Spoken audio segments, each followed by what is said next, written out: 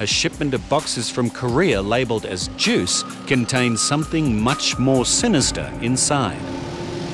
Earlier today, our air cargo team intercepted 12 pallets of declared juice boxes. Upon further examination of that, we've identified that the boxes actually contain tobacco.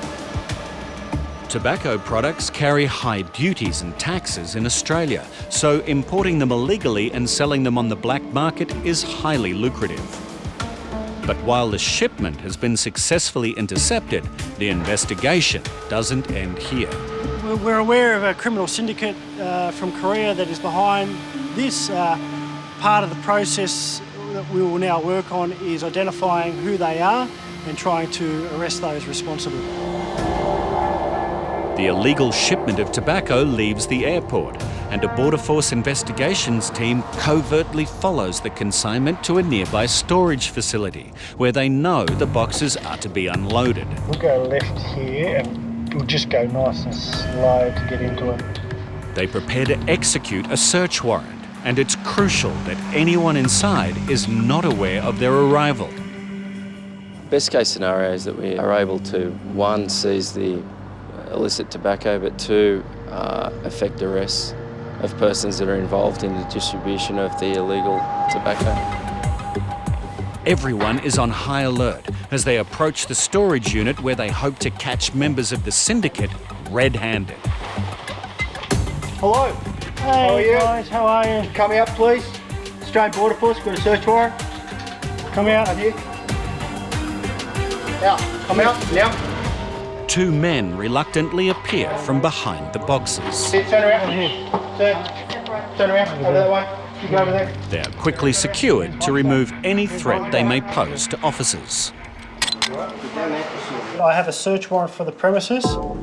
With the warrant issued, officers confirm that the boxes do contain illegally smuggled cigarettes. But before they are counted, they need to determine what role these two men play in the importation. Why are you here today? 아르바이트를 했습니다. I have some casual job. Okay, can you tell me about the casual job? 여기 창고에 와서 창고 물건을 받고 I need 창고에 to put that goods into the storage, and then later I need to throw the boxes away. That's what I was told. What's the person's name that you spoke to? 이름도 모르겠습니다. No idea. The man claims he would be paid $400 once the boxes were unloaded, and that's all he knows. But officers aren't so sure. We're going to go sit in the room and have a talk, Matt. He is taken for further questioning. And as they begin to examine the evidence, officers make a startling discovery. There's a lock on the unit out there. Do you have the combination? One of the suspects accesses the combination and opens the second storage unit. And it appears to be loaded with thousands more illegal cigarettes. So we've just arrested two males that were unpacking the tobacco within the storage facility. The tobacco is part of two importations that came in the last 48 hours. The job of counting the huge number of sticks must be done by hand. 1, 2, 3, 4, 5, 6 by 5, which is 30. While Officer Jared tries to find out more information on how the crime gang operates. Tell me about how he was going to get paid for this job today. 여기서 만나서 현찰로 받기로 했습니다. At the train station, by cash. Which train station? 그거는 일이 끝난 다음에 알려준다고 했습니다. Once I finish the job, I will let him know. Then he will let me know the address of the station. The investigation will be ongoing, and officers are satisfied that they have prevented a massive amount of illegal tobacco from entering Australia's black market.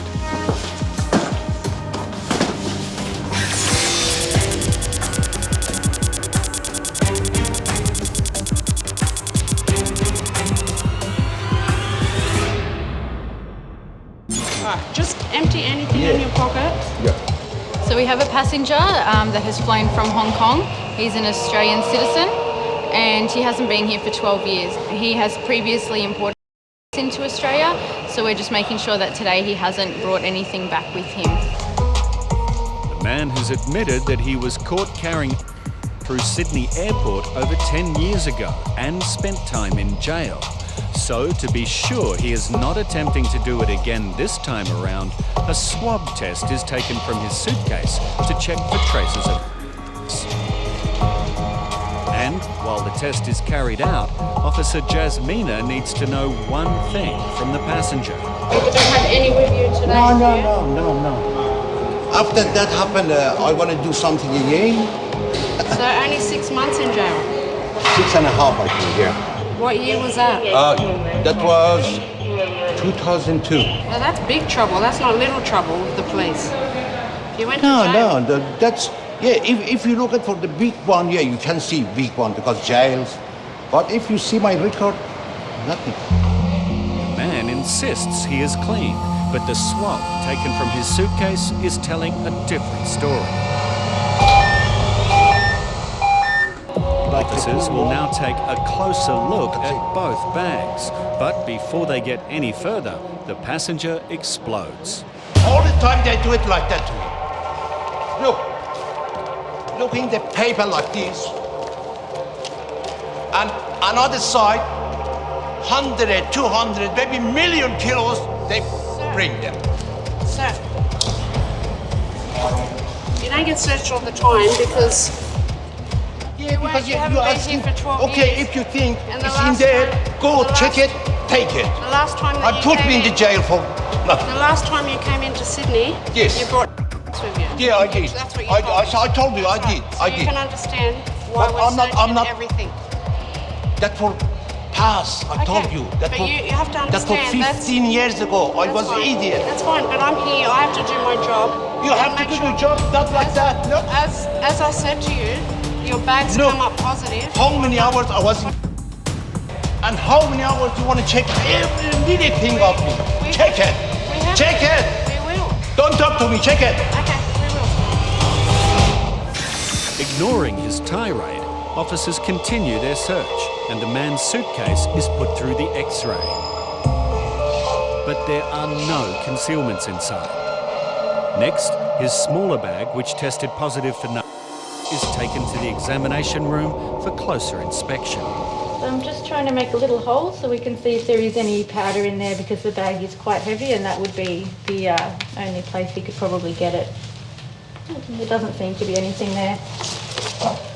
Both bags get the all clear, but officers still have concerns about where readings are coming from, and they ask the now much calmer passenger to consent to a frisk search as they discover some crucial information about his last importation attempt.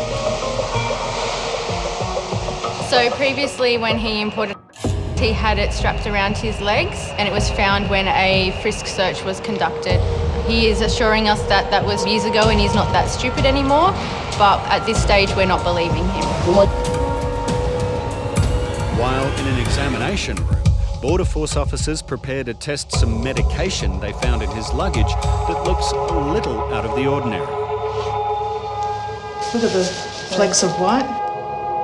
During the baggage examination, we have located some capsules which contain some powder.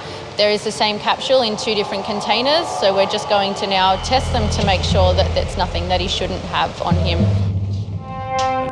Its indicator kit will check for and other illicit substances. While back at the bench, all eyes are on an unexplained bulk around the ankles of the passenger. You mind just taking your shoes off? Do you mind taking your shoes off? So with the frisk search, the bulkiness under his pants was his boots weren't zipped up properly and they were showing like there was something strapped around his legs. Okay, so you're okay with how the frisk was conducted?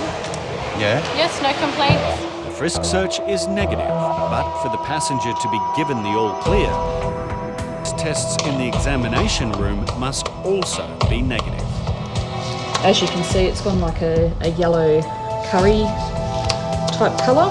So we have got no reaction, so we've got a negative result on our presumptive NIC tests. The NIC tests are negative and officers are now sure this man has not repeated his crimes of the past and he is free to enter the country.